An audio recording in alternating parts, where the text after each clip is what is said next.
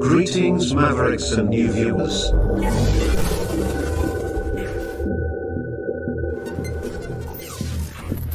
Tonight, direct and live from the Maverick News Network World Studios. This is Maverick News with Rick Walker.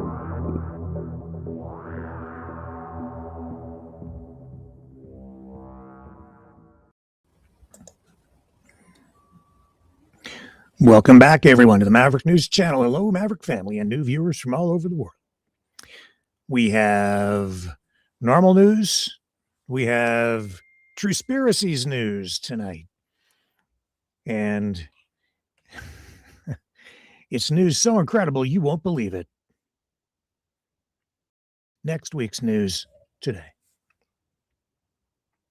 The problem is you might not be able to tell the difference between the normal news and the Truspiracies conspiracy type news. It's a crazy world out there. And, well, here's one here. Unrest in Iran. Protesters clash with security forces in riot gear. Donald Trump still wants to take over Greenland. True or not? We're living through it. So you have that. Eating earthlings. I'm going to leave that one with you for a moment. Is that true, or is it some sort of a weird Truspiracy? Who the hell knows these days? I was just talking to somebody today who I think is going to be on the show, maybe tomorrow, as a special guest. But you just can't tell what the hell is real anymore. And even just normal news, regular everyday stories, such as they are, sometimes are just flat out, or appear to be, a fabrication. Because what you're seeing in the real world doesn't match what we're seeing online. Yeah, even the normal news. And what is news? Man bites dog. When I was in journalism school, that's the thing everybody used to like to say when you were in J school. And that's one of the first questions that you explore as a student of journalism and news. What is news? And somebody's going to put up their hand and they're going to pull out that cliche, man bites dog. And I suppose that can be news. But what about eating earthlings? That might be news. And yet, when you think about it, even something like that could be normalized in a society. Cannibalism? That makes you think about human nature, and I'm just winging this stuff. If you haven't figured that out yet, I'm just winging this tonight. But I have thought in the last, it's just come top of mind in the last 24 hours because of the stories we're covering today about how freaking cruel and violent and uncaring human beings not can be, but are. They're just downright mean. And yet, we're a civilized society, or so we think, right? Look at what's going on with this president. And I can't believe people are just sitting back as though it's like something normal. Like they're polling. They took a poll to see how much support Trump would have for actually invading Greenland, a founding member of NATO, an ally of the United States.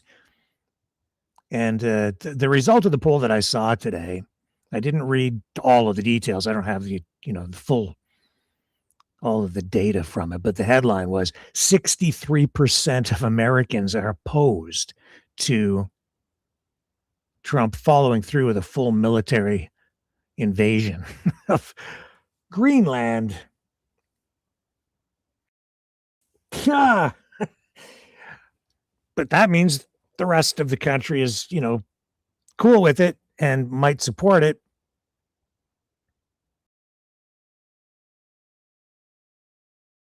Greenland. Think back.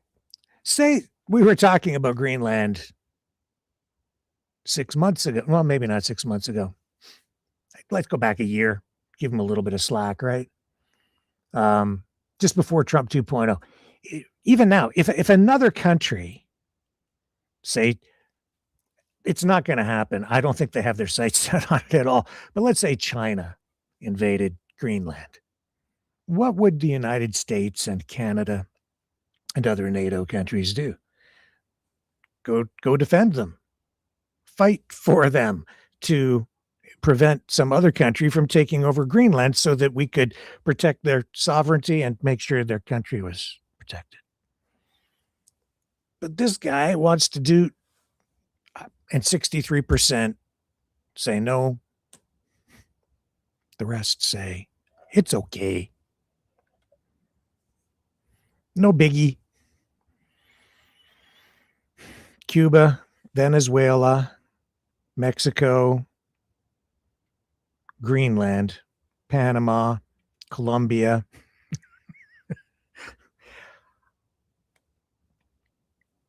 I told you so. I told you. Quite a while ago. At least, oh man. I keep saying about it. It's been about 2 years that I've been talking about this. And even though I've been telling people, and some people watch every night, it's still not completely sinking in, I don't think. It certainly is not completely sinking in with the experts out there. This, I think, the longest intro before the first little promo in a long time on this program. Because there's this story that I saw on CTV today. It was citing these experts who say that it's still an incredibly long shot. Like it's Trump's not going to invade Canada.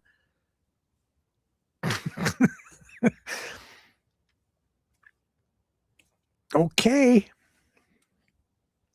Don't worry. Be happy. Yeah, he may not, have to invade. The information warfare campaign is in high gear, and he will probably take the country without firing a shot. But who the hell knows? A lot of stuff going on out there in Western Canada, feeding into this stuff and the oil and all of that stuff. And then last night, also, yeah, what I should talk about a little bit is the Phil Primo video that we ran last night, which was connected to the Pat King video, which we ran last night, which was connected to the Freedom Convoy stuff and where the money really was all going. And more than that, like how the bank accounts got frozen, why the bank accounts got frozen. And it wasn't just because of the government. It was like an automatic mechanism through the banks, because the money through the donations that had been flowing into the corporation that was set up to capture all, to take in all the money by certain people, certain lawyers, certain participants. It wasn't, it shouldn't have been deposited into a personal account, and it was, and that set off red flags and alarm bells. And the next thing you know, that account was frozen, and then more bank accounts got frozen. And it wasn't just because Mark Carney wrote a letter to the National Post. But I'm going to have a little bit more to say about that if I remember to come back to it. Getting old, maybe a little senile. My memory's not as good as it used to be. Yeah, I don't think I'm as sharp these days as I was, say, in my 20s and 30s. My dad, however, doing really well. We went for a visit to the hospital today, and you got another check over by the doctor.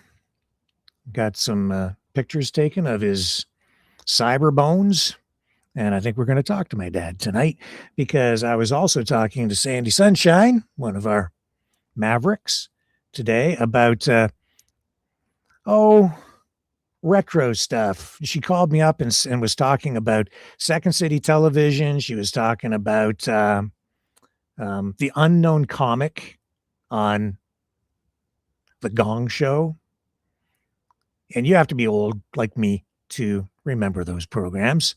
So all you whippersnappers, you youngsters out there, you're going to have to go to YouTube to know what I'm talking about. And then she mentioned Nash Slash, Canadian musician.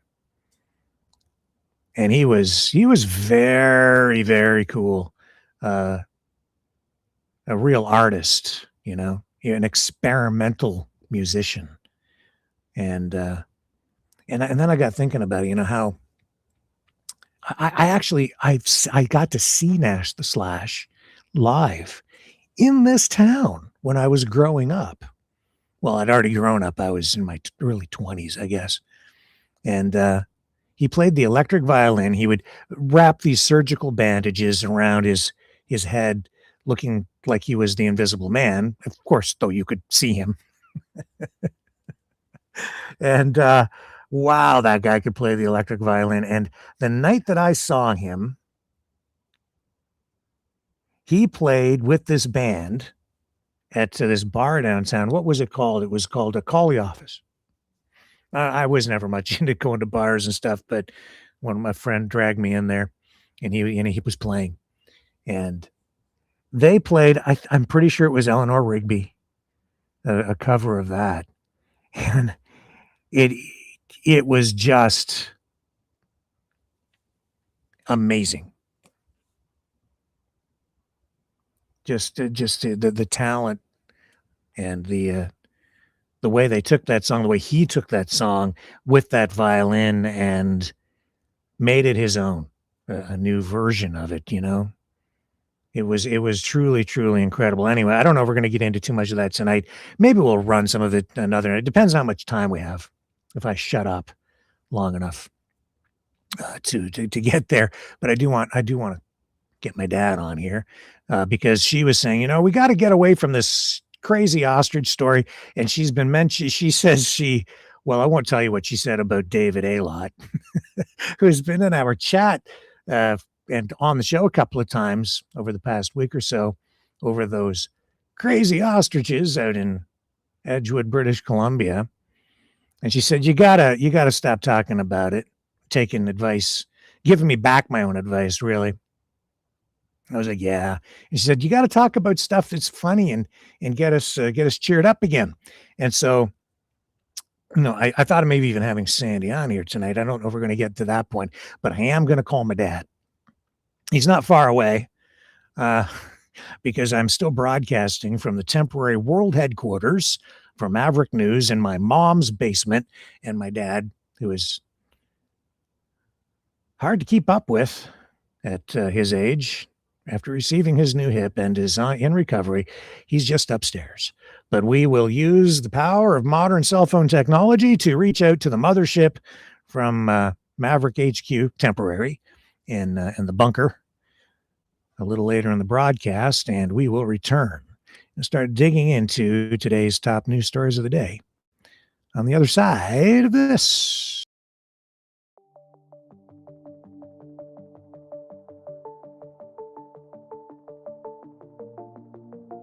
Greetings, brave Mavericks.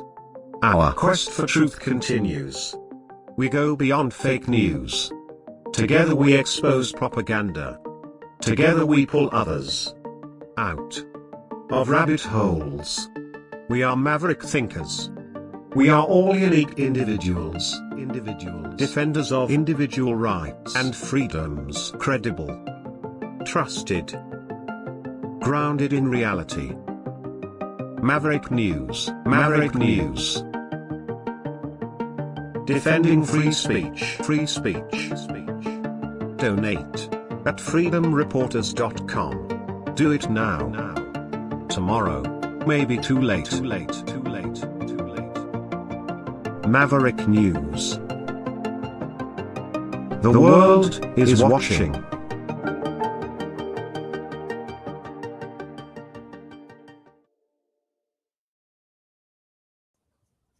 Okay.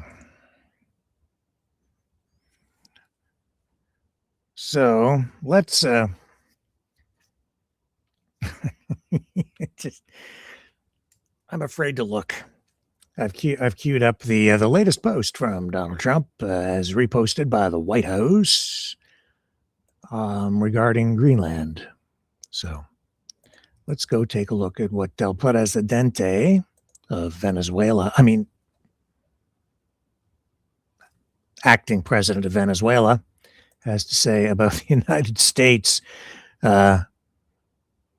plan to invade Greenland. I think I think the normal response from the president of Venezuela would likely be something like, we condemn the United States plan to invade a NATO country because we stand with the underdog and would like to protect their sovereignty, and the president of the United States should be a nicer person. Instead, we get this. Because it's the same guy, or so he thinks. He is not the acting president of Venezuela. It is the Gulf of freaking Mexico. He says today the United States needs Greenland for the purpose of national security. It is vital for the Golden Dome that we are building. NATO should be leading the way for us to get it. If we don't, Russia or China will, and that is not going to happen. I think this is actually from yesterday on his Truth Social page. Militarily, without the vast power of the United States, much of which I built during my first term and am now bringing to a new and even higher level, NATO would not be an effective force or deterrent, not even close. They know that, and so do I. NATO becomes far more formidable and effective with Greenland in the hands of the United States. Anything less than that is unacceptable. Thank you for your attention to this matter. That from the acting president of Venezuela. Who's in charge of things in the U.S.? Who's the president there? Not sure. This was shown on the Daily Show too. This map, because he says, we're not going to have Russia as a neighbor in our backyard, and it's just like right here. He's just, some of the stuff that comes out of his mouth is, what's that word? Precious.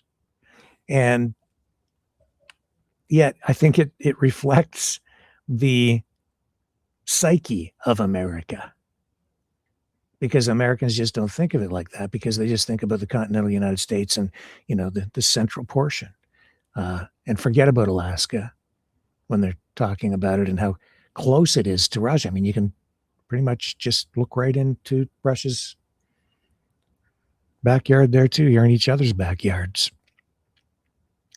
And not far from Canada either. Yeah, already neighbors. And that's why Putin wants to take over, Alaska. Oh my.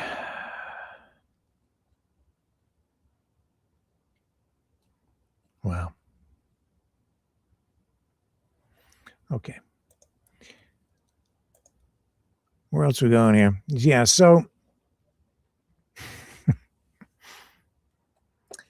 yeah, now with all that, Denmark, government officials, they say they do see what they're saying, a common way forward, because they did meet with Trump officials today, and they had this high-level working group to discuss the future of Greenland.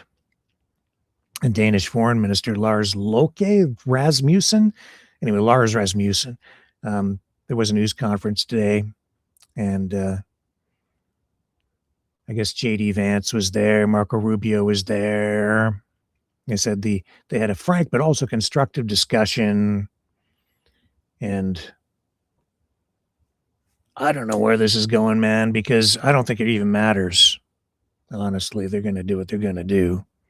I guess it does matter because if they just I don't know. It's all too off the wall and out of control. Really. Trump saying just the other day, the United States will have Greenland one way or the other, the easy way or the hard way. So let's just wait and see, I guess. Well, yeah, we'll wait and see.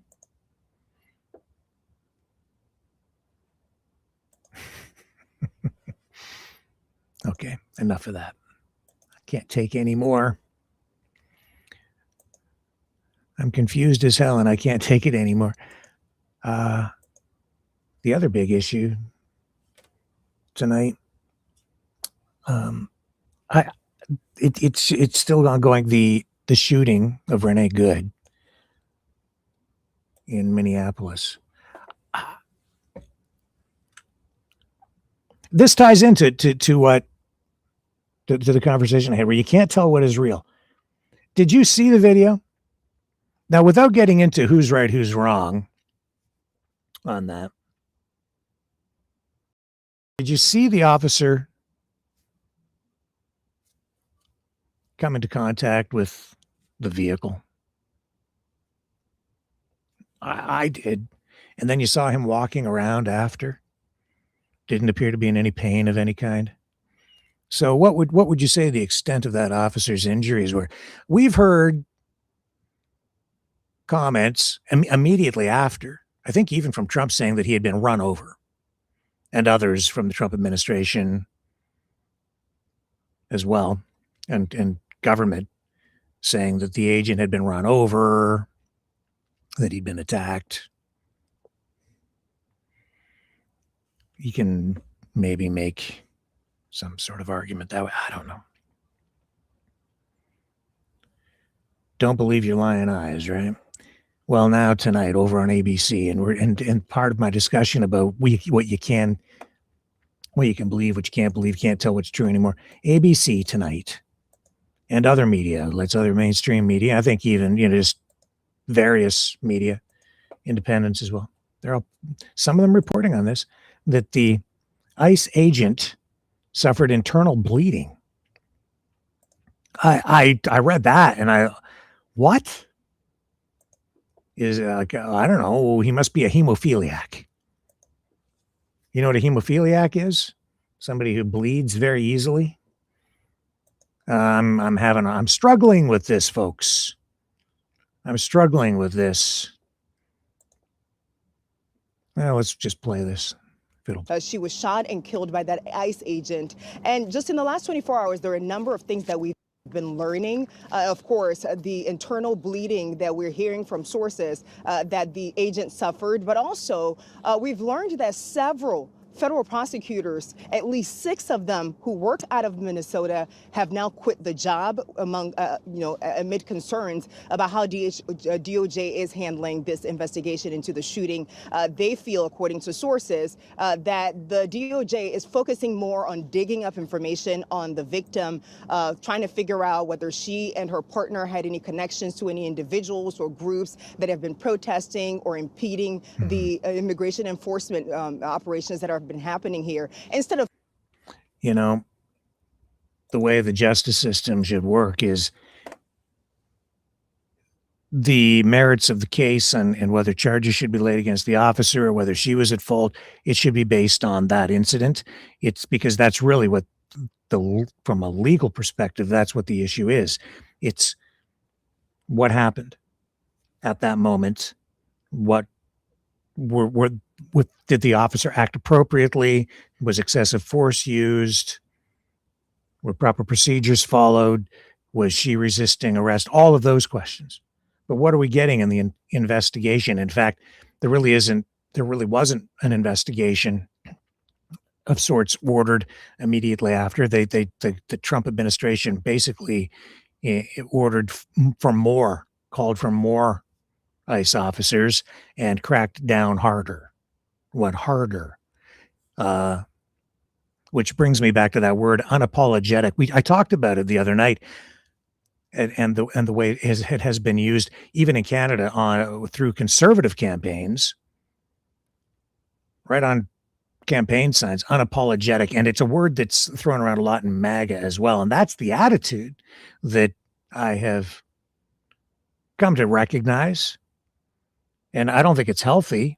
That's why I brought it up the other night. And what are we getting here? Exactly that, this unapologetic attitude. It's like, and you do see it quite often with police agencies, because it is a brotherhood of sorts where they protect their own. And you're getting it within the Trump administration to an extreme degree. And what they're doing with that investigation, obviously, because they're looking for any kind of political ties or this or that, and yet because I guess you would be looking for some sort of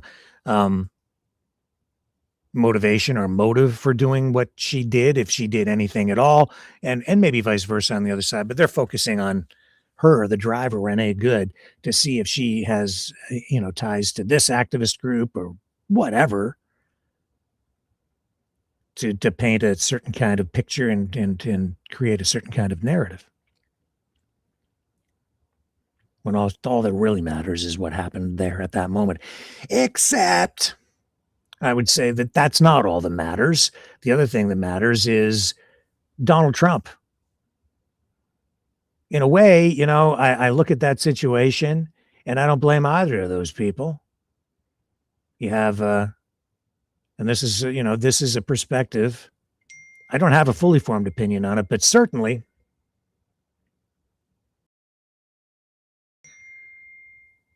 somebody's binging me. I don't have a fully formed opinion, but I think this is a fair statement. You have a police officer out there who's probably kind of scared, maybe jacked up, a little bit angry. His mind is full of whatever they've been filling these officers' heads with on this immigration campaign to purge. They have an objective. Seems like they might even have quotas to get rid of certain numbers of people. So they're on a sweep, a campaign, I guess, maybe, if that's even real. But if it is real, he seems to be all in on it. And all the officers there. And the approach was pretty aggressive. I got to say, she, a mom, I don't know.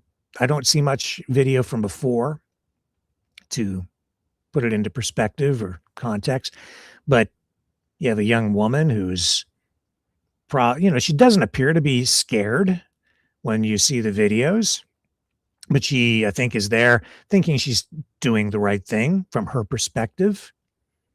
I didn't get the impression that she was agitated or angry or trying to run anybody over.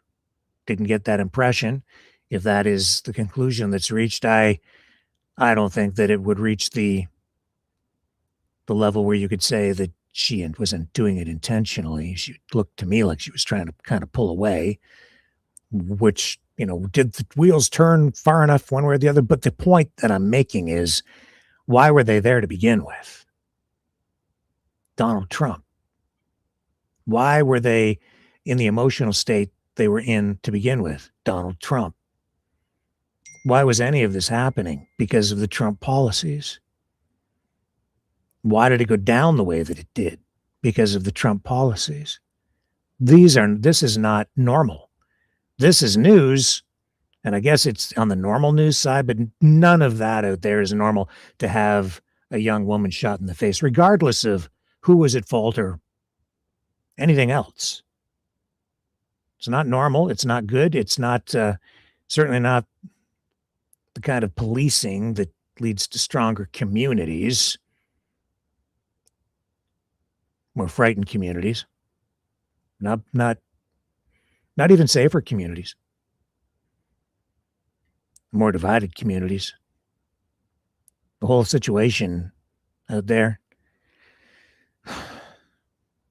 is a recipe for division, conflict, because of failed policies by really both sides of the political aisle because of what's been going on with immigration and what's been going on with efforts to curb it and now purge it. And people politicizing it, taking certain sides. And again, it's just one of those things that saddens me. I'm not an American. I don't live down there. But when I see this kind of thing happen again,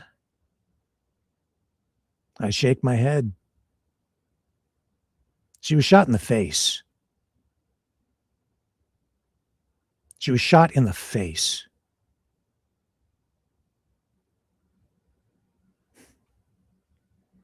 Human beings are violent.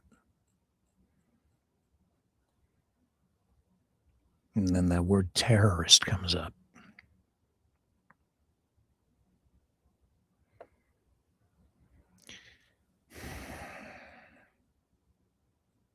Shot in the face.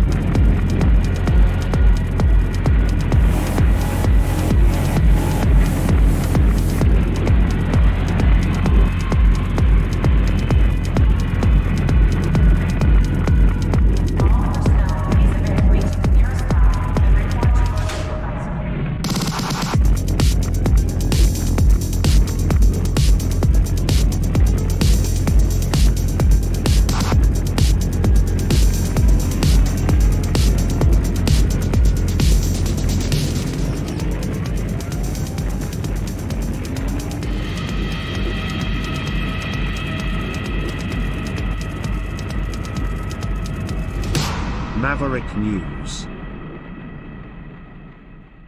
The world is watching. All right. Back to Greenland for a moment. Trump, Oval Office, media, question, Greenland, taking it by force. Here's his response. You would potentially acquire Greenland by force. That would be a NATO country. Well, the United. that. Are you saying that? Would you do No, that? you're by saying force? that. Would you I acquire didn't that say by it. force No, right you're now? telling me that that's what I'm I gonna think do. You don't know what I'm gonna do. So what are the options? Your then? network Because doesn't know the, either. the Danish foreign minister said that there's still fundamental differences. Low audio. With Rubio and with the vice president. Are you willing to leave the NATO alliance in order to get what you want with Greenland? What are the options right Well, now? I wouldn't be telling you what I'm willing to do, certainly. I'm not gonna give up options, but it's very important. Greenland's very important for the national security. Saying that you would.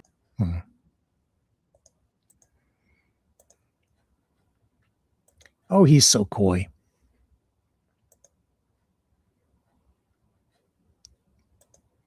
Power corrupts, man. It, I don't know. It's, I think you have to be slightly psychotic to be the president of the United States because you have so much power. And I don't know, have there, and I understand that sometimes it's necessary to use military force, but I'm just wondering, have there been any US presidents that have not killed people? Imagine getting up in the morning and knowing, or that you might need to kill somebody, or you plan to kill somebody in a military strike or whatever. You're going to go down to the situation room and watch a video feed as your orders are carried out to kill people. Like, I'm not in the military. I never wanted to be in the military because I never wanted to be in a position where someone might order me to go kill somebody.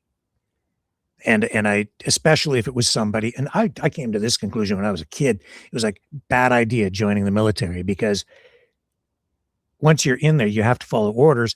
And if somebody is elected or seizes power, and you don't agree with their policies, they might send you to some place and have you kill people for a reason that you don't even agree with. So you're doing it for someone else. I just couldn't fathom the idea of that. Thinking, if push came to shove and my country was being threatened or we went to war and I knew what the cause was at the time, I might consider at that point joining something to defend my country. But I wouldn't want to just join the military in peacetime as like a job as a soldier, because you don't know what's going to come down the road and you don't know who you're ultimately going to be working for, taking orders from. So I never wanted to put myself in that position. So I didn't. I don't know if I would have been a very good soldier. So I'm a maverick. I'm like, don't think I'm going to do that. Nope. Always questioning things. And Canada, still under fire, still under attack, still under pressure because of Trump's tariff policies. Foreign Affairs Minister for Canada, Anita Anand, today talking with reporters about the future of Canada-China relations as Mark Carney is engaging in negotiations with China. And I think they're looking at increasing trade abroad with countries other than the United States, something like 50% over the next, I think it's 5 years. So that's a lot. That's 10% a year and a big pivot, big opportunities, but also likely some pain. Here's Anand from the news conference today. The first visit to China by Canadian Prime Minister since 2017. Prime Minister Carney received an explicit invitation from President Xi to come to China after conversations with Premier Li and President Xi in the fall of 2025. I came to Beijing in October to begin to lay the groundwork for the recalibrated relationship between Canada and China.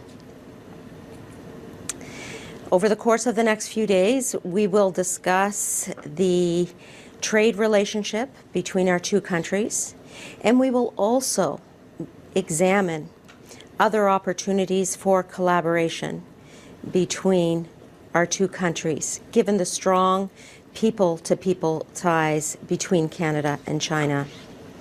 Je voudrais prendre un moment pour souligner l'importance de cette visite. La première visite d'un Premier ministre canadien depuis 2000. I'm going to pull a lot of that because I know that we don't have many people who speak French watching. So get back to the Anglais. This is a new government with a new prime minister, a new foreign policy, and a new geopolitical environment. In this moment of economic stress for our country, it is necessary for us to diversify our trading partners and to grow non-U.S. trade by at least 50% over the next 10 years. How much pressure are you? The work that we will continue to do is to diversify supply chains while continuing to stand up for Canadian interests at every turn. Are you optimistic? Are you optimistic about a deal for canola? Are you optimistic for a deal that would reduce Chinese levies on canola? The conversation has been productive. The negotiations are still continuing. We are here to represent all sectors of the Canadian economy, and the work continues over the next number of days.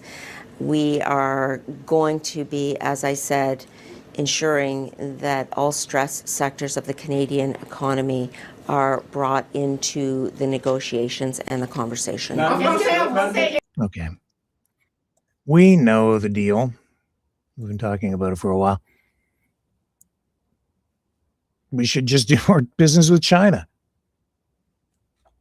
if the United States will let us. Don't count on it. I'm not sure about that pipeline. Brian Lilly was pointing out that the what's the name of that First Nations group out on the West Coast? I can't remember the name. It's out and slips my mind. But politicians meeting with them this week to consult, or I don't know what it was. I didn't really pay much attention to it, but Lilly pointing out that group is not actually a First Nations community. It's basically an NGO with a name that makes it sound like a First Nations band, part of a sovereign nation of some kind within our nation, but it isn't. But then he went further and said that these groups are funded by American anti-oil environmental groups or something to that effect. And I thought, that's still not the whole story. That's meant to mislead. This is why you can't really tell what is going on. It's very apparent at this point. And if you haven't clued in yet, that is sort of true, but the guys, the reason that pipeline has run into so many roadblocks and continues to is because the anti-oil environmental groups that are putting the blockades up, that are like receiving this money from like anti-oil groups. Now this might be in the conspiratorial truspiracies vein tonight, or maybe it's real. I think it's more real. It's not what it appears to be. It's upside down. They're not anti-oil. They are, and they're not environmental groups. They are big oil. It's big oil creating a group or funding a group to control a group that is an environmental group on the surface. But what they're really doing is the reason they're blocking pipeline construction in Canada or being opposed to it is not because they are opposed to oil. They're opposed to Canada building a pipeline to the West Coast to supply Asia with oil, because Trump and the Americans don't want it going to another market. They want it all flowing south to refineries in the U.S., Line 5. They want it going down to the Gulf Coast. And then they get to buy it cheap because there's no competition. So they already do, they buy it for less than market value because we have only one customer.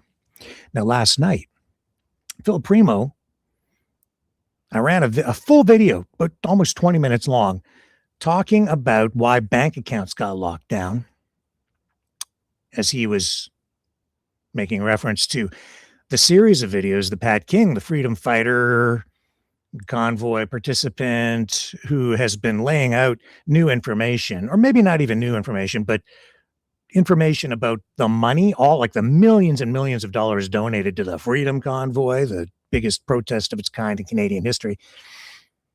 But pointing out that I don't even know if he realized what he was pointing out. But the reason the bank accounts got locked down initially and triggered more bank accounts being locked down after that was not because the government did it because they were trying to stifle free speech. It was because the money was not being moved properly from the GoFundMes and the places where it was coming in. And it wound up, $1 million got deposited into Tamara Litch's personal bank account. It was put out in front as sort of like the figurehead of the whole convoy, right? And that sets off alarm bells in the banking system automatically. And then the banks are obligated under banking rules, regardless of the circumstances out there politically. It's like, wait a minute, why is $1 million from this crowdfunding source going into a personal bank account. Where's it going? And it's all a mechanism to prevent fraud. And it was done even though the accountant, Chad Arrows, who had been working with the lawyers, separatists, who were out in front and controlling all of that, he's told, don't put the money in a personal banking account. But they did it anyway. And then that triggered more bank accounts to be frozen. Now, Phil Primo says Pat King owes him an apology and a thank you because he's been talking about this for a long time, and he has. And I've talked to Phil Primo and some others, but I'll focus on Phil. And I said, thank you, Phil. And because what he did last night is he really tied the whole thing up, like wrapped it all up in an understandable presentation, because he's been so focused on it so long that he's really zeroed in, and he tells it the story, which is very accurate, I think, what he's saying, in a way that is understandable for most people. Now, that being said, I need to make a couple of statements and make, I want to address something that I don't think was entirely accurate in what he was saying. First of all, any allegations in that video have not been, that may involve anything illegal. Whether anything was illegal, I don't know. But the point is, not proven in a court of law. So innocent until proven guilty. These are allegations that were made. Secondly, Phil was making reference to the banking system and the Federal Reserve and the Bank of Canada, and a case called the Comer case, which goes back, I think, to like 2011. I could be getting the year wrong. In any event, that was a case put forward by attorney Rocco Galati, and it was a case about whether Canada should be engaging in monetary policy by borrowing money from private banks instead of just providing interest-free loans to all levels of government through the Bank of Canada, which the people on the Comer side say was going on in Canada as a matter of policy, and they would argue a constitutional provision until about 1974. It's not accurate, the narrative that they, or the story that they tell. I don't think Rocco Galati was, I don't think he had really a valid case, and I'm certain he didn't, because monetary policy is not, I think the court was quite right to point out that it is not a matter that the courts can administer or rule on or force. Monetary policy is something that is political. Even though there may be references to how the Bank of Canada is supposed to operate, it's something that there has to be a mechanism in their ability for the government to adjust monetary policy, even the approach that it takes. So where am I going with it? I just need to say that little portion of it, Phil, I think, was still on target with it. It's just that the history and the conclusions that he's coming to, I think, are a little off mark, because I don't think his analysis or understanding of central banking is really accurate. But he is on target, and it's still worthwhile listening to him. And I'm not, trying to pick what he said apart last night, because it was extremely valuable and very insightful, and one of the best assessments, I think, of that whole aspect of the freedom movement and the convoy and all of that stuff that I've heard, period. He just sums it up and explains a lot of things that have really confused a lot of people. But that being said, the reason I bring it up is because he's on target, but just missing. And it's such an important piece. He, as a result of, because he's talking about all this central banking stuff, he's talking about what will happen if Alberta separates and they take their pension, their CPP portion, the Canadian Pension Plan, and the Alberta pension plan and the economy as a whole, and they become independent and then get swallowed up by the US. And he's talking about a plan to essentially make the Alberta currency or even the Canadian currency part, to get rid of it and have the Canadian dollar absorbed into the Federal Reserve so that our dollar becomes part of the US dollar. That's a simplified version of what he was saying. That's important. But what he was saying all around it was just a little bit inaccurate. But and the reason I just bring it up is because it's all about the oil. The dollar is all about the oil. And the people in Alberta are not being told this. I've talked about it many times because the US dollar is based on the value, or has been until just recently, based on the value of oil, because around 1974, in the mid 1970s, the US was taken off the gold standard, and Nixon made a deal. I think it was Nixon who made a deal with Saudi Arabia so that all the oil they were purchasing would be purchased, would only be sold, that the transactions would only be done in US dollars in order to prop up the US dollar, to create demand for US dollars. That's what helped keep the US dollar in use as the world reserve currency. Well, that's changing, you see, because of BRICS nations' de-dollarization globally, but the US dollar no longer on the gold standard. It's really kind of on the oil standard, right? And taking it off the gold standard allowed the US economy to expand through their fractional reserve banking system, but by making sure there was something to back it up, which was demand for the dollar because of the sale of oil through US dollars constantly.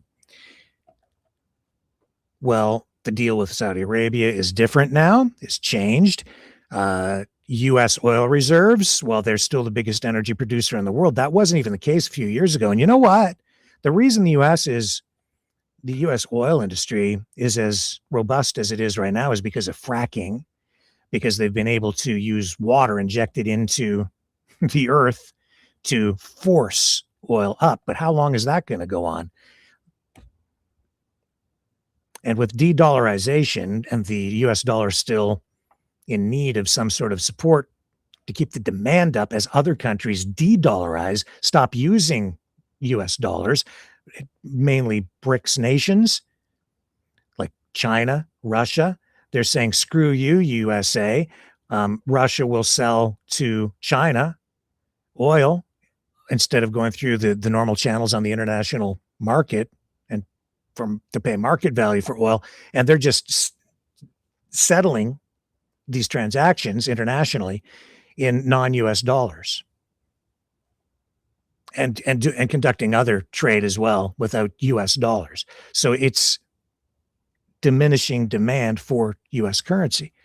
So the way to increase demand or increase the value of the US dollar or prop up support for it is to, like you could seize oil from Venezuela and use those oil reserves to prop up the dollar, as saying, like, that's now more oil, more natural resources that we can use to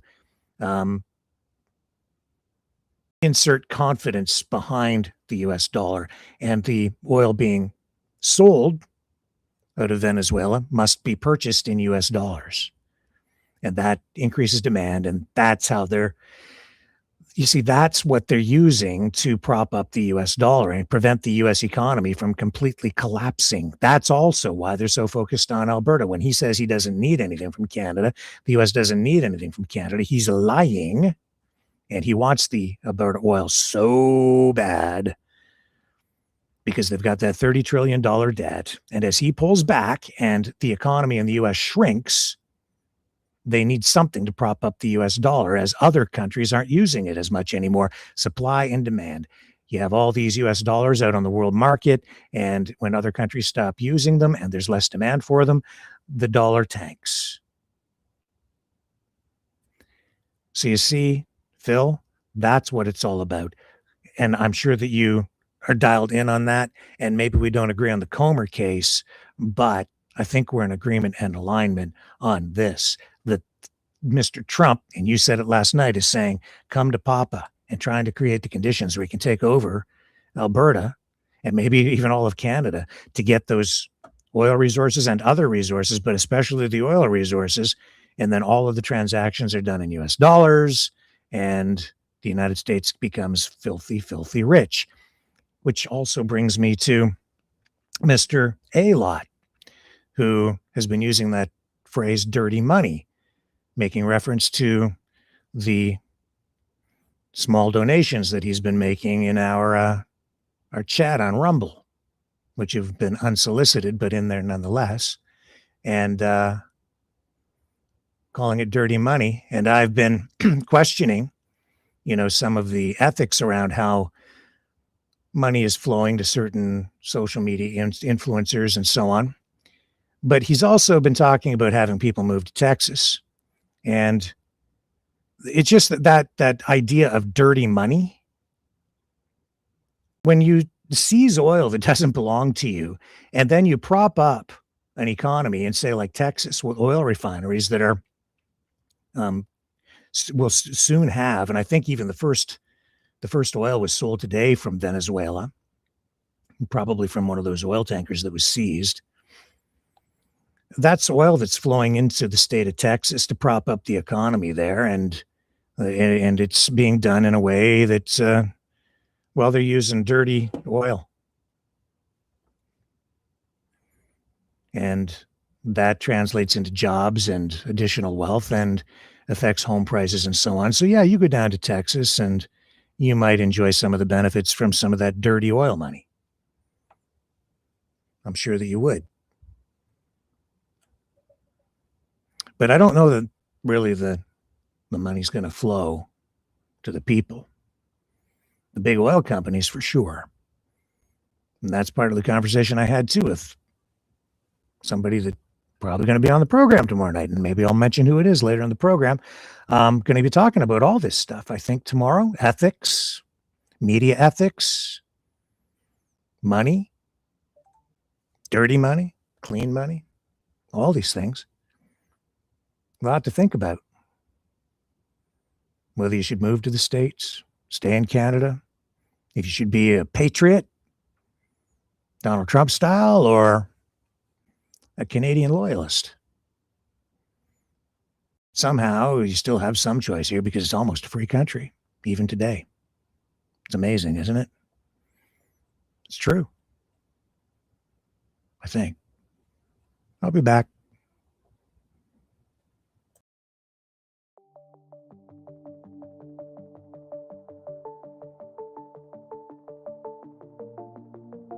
Greetings, brave mavericks. Our quest for truth continues. We go beyond fake news. Together we expose propaganda.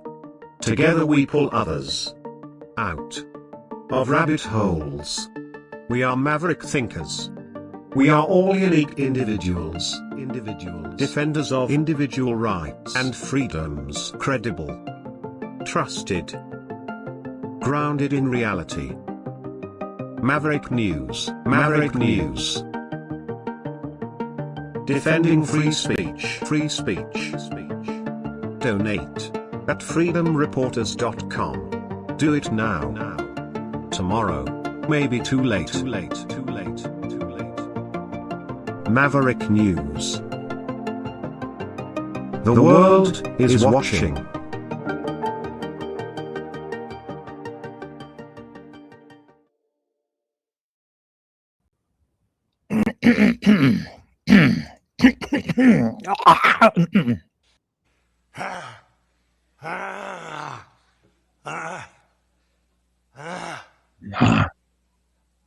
Ladies and gentlemen.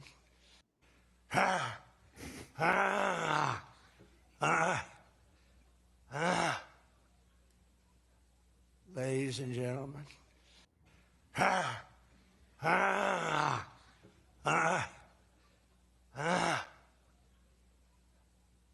ladies and gentlemen.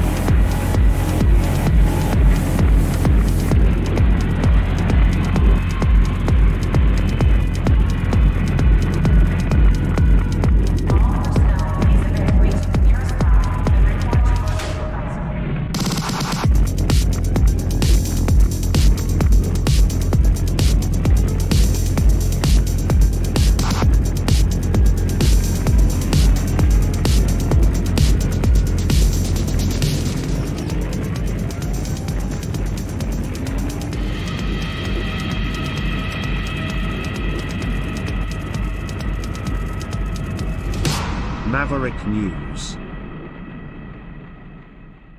The world is watching. More normal news. More normal news. Newsflash. Nearly a third of Canadians believe U.S. may try to invade Canada. New poll. A third of Canadians, that would be 33 1/3%, approximately, believe U.S. may try to invade Canada. That from a new poll. Now back to your normal news. U.S. completes first sale of Venezuelan oil valued at $500 million, official says.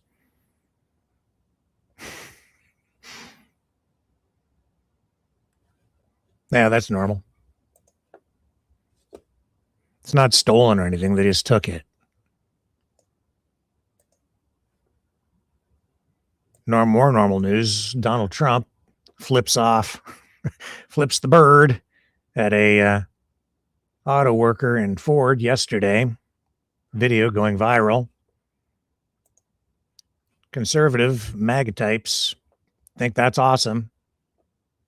They think that's normal behavior from a grown human, an adult male person, thing, whatever, president, psycho. Fuck. I'm sorry. The president of the United States flipped off an auto worker. Because that's what the president does. Here's Trump at the Ford plant. Biden's was performative and it looked weak. Trump's at the Ford. I don't know what this guy thought POTUS was going to do. This guy starts heckling POTUS. Watch.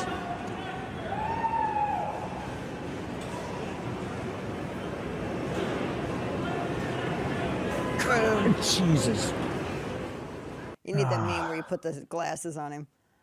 So he told him, I can't tell you what he told him. He yelled that the man should go and do something unflattering to himself and then raised the one finger salute. Just didn't care. He's like, yeah, we have you. You. And here it is. Wait for it. Pow. Yeah, Trump was, the heckler, I think, was, saying, go F yourself. You're protecting pedophiles or something to that effect.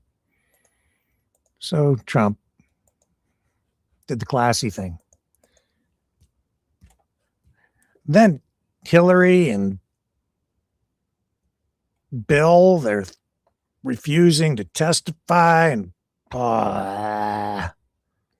that's the normal news.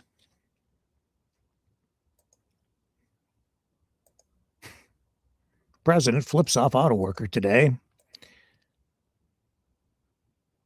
What was the, I think the worst thing from, the before times when I was a youngling was Trudeau got caught using the F word. And then he was embarrassed or knew that it was damaging politically at the time, I guess, because times were just a little more reserved. And so he turned it into fuddle-duddle. Oh, no, I didn't say that. I said fuddle-duddle. Politics. But now when the president flips somebody off, yeah, Donald, way to go. You're where do you think the Tate brothers got the blueprint for their BS? God, those guys drive me crazy. Why do people follow that? I'm pretty sure it's just a bunch of fakery. I don't think they're probably not nearly as rich as they let on. They flash this and they flaunt money and they sit around and they make these stupid videos, and it's just, I don't know, it's just sensationalistic stupidity to me. I don't watch this shit, but that's also normal news these days. Entertainment, I guess. That's the thing, though, with Trump. He's just such a classy guy that everything has become tabloid. It's become flea market, that it's just so, I guess the word would be tacky. Tacky. I don't know. I'm not picking that up because I don't know who it is. Okay, let's get into the Earthling thing. I'm sorry, Mr. Walker is not available at the moment. Please leave a message and we'll call you back as soon as possible. Stop eating fellow Earthlings. Eating Earthlings. What's that all about? Well, this is normal news. This is actually sort of kind of normal news. It's about it's about animal abuse, and it's about the banning of, you're not allowed to boil lobsters in the UK now, and people wondering if Canada should do it as well. So I thought, well, let's talk about that a little bit tonight, and animal abuse, animal rights. This has been going on for a long time. I don't see any of those. I don't see Mr. A-Lot pumping money into a Save Our Lobsters campaign. I don't see the protesters out there upset about it. You go to a restaurant, you get lobster, man. They're boiling those things alive. Are you aware? I would think most people are. Let's take a look at how that's done, shall we? They're screaming for justice. Viewer discretion advised. I am about to show you food. Food alert, food alert. Lobster boil, take one. Go. Oh, go in. Keep going. The way people do it. How do you feel about that? And do you think putting those rubber bands Lobster around boil, take one. their claws is right? Go. So they can't open them? Oh, go in. Boiling live lobsters has been banned in the United Kingdom, Switzerland, Norway, and New Zealand. The Lobster Council of Canada's executive director, Jeff Irvin, is watching the new policy unfold in the UK. If they're dealing with live lobster, that they are no longer able to boil them live. So they'll have to kill them in a different way. They'll have to stun them, or they'll have to cut them in half with a large knife. In an industry worth almost $3 billion annually to Atlantic Canada, Irvin says it's still too early to know what the UK's decision will mean for the Maritimes. It's too early to know what the impact will be, but I don't expect it will have a massive impact. We have 40 other countries we sell to. We produce frozen products that they can buy and not be subject to this issue. On the streets of Shediac, which is known as the lobster capital of the world, many say boiling live lobster is a long-standing tradition. Where they boil the lobster, we're so used to that, so I don't think I'd change anything. Part of living, it's a substance of any kind, like beef, like any other animal that we kill to cook. As long as your pot boils, you dump it in head first, and that ends it right there from lobster. And that's the only way to eat it as far as I'm concerned. We cook it every year. That's the only way to eat it. Dalhousie University professor Shelley Adamo says animal welfare is important, but adds that the science is unclear on this topic. I really don't think lobsters have the capacity for feeling pain, certainly not the way we do. Adamo says European-style stunning to kill lobster quickly could impact restaurants. The equipment costs about $7,000. Could be a huge burden on many restaurants, so they may just decide not to bother to serve lobster if they have to buy this additional piece of equipment. While Europe's recent moves have forced a closer look on how lobsters are treated, the Lobster Council of Canada says there is nothing new on the table. So that means it's business as usual for lobster lovers. Boiling live lobster. There's gotta do this. Oh my God! Oh my God! No! No! Oh, I shouldn't laugh. I just go. Yeah, boom, right? Oh my God. Oh my God.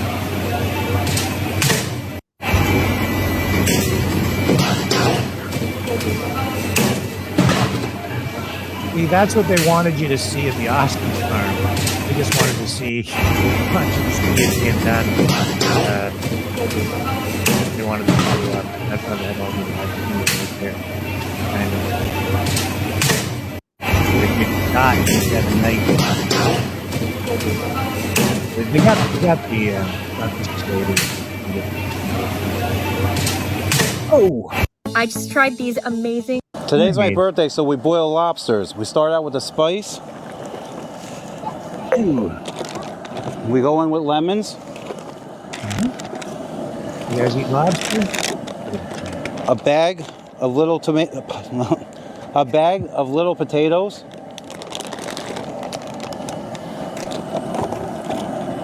Corn. I brought it back to a boil.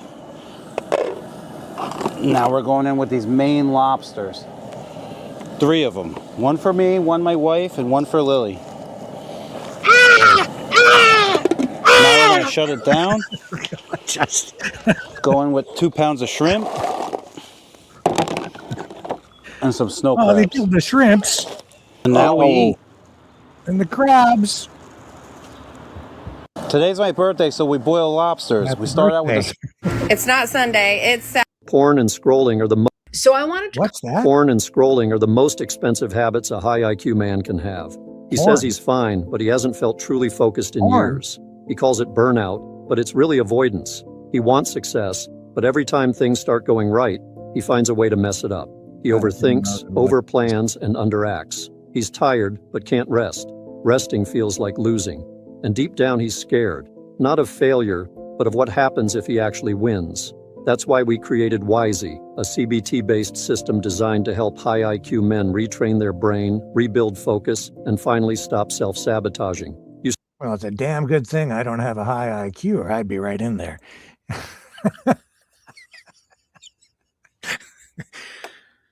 Stupid people need not apply.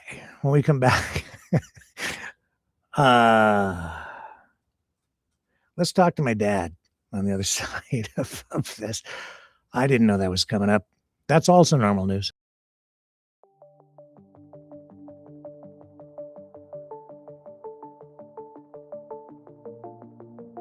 Greetings, brave mavericks. Our quest for truth continues. We go beyond fake news. Together we expose propaganda. Together we pull others out of rabbit holes. We are maverick thinkers. We are all unique individuals. Defenders of individual rights and freedoms. Credible. Trusted. Grounded in reality. Maverick News. Maverick News. Defending free speech. Free speech. Donate at freedomreporters.com. Do it now. Tomorrow. Maybe too late. Maverick News. The world is watching.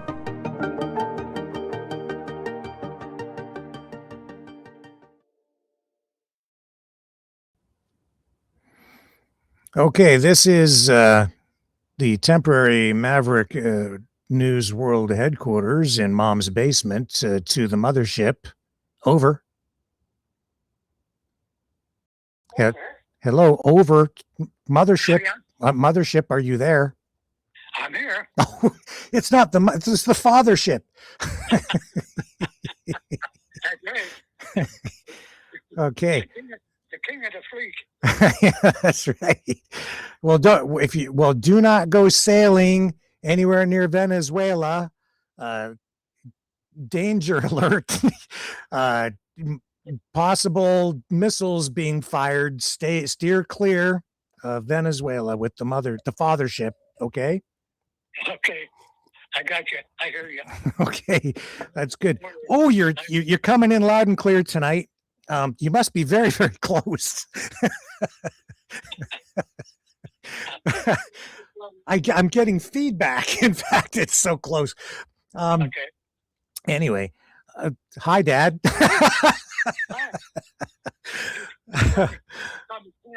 What's that? Captain. I'm sorry, Captain. Yes, Captain. Captain Dad. Hey, okay, so everybody's listening. The whole world is watching. It's not to make you nervous or anything, but I've been broadcasting from the basement, and everybody is like, "Why are you in your mom's basement?" And well, it's my parents' basement. It's also my dad's. And I've been telling them why I'm here, because you got your hip replaced. So yeah, and then I thought maybe before you told us the joke, share your joke with us, because people love your jokes here. I thought maybe we could talk a little bit about your experience with your hip operation and the Canadian healthcare system. So, how are you feeling? I tell you, I went in hospital December 2nd to have my hip replaced, my right hip. I never experienced such great service from anyone and at every time in my life, and I've been in the hospital quite a few times. They were the nicest, friendliest, most professional people you would ever want to deal with.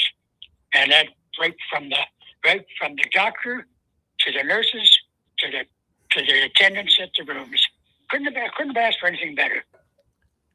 It's true.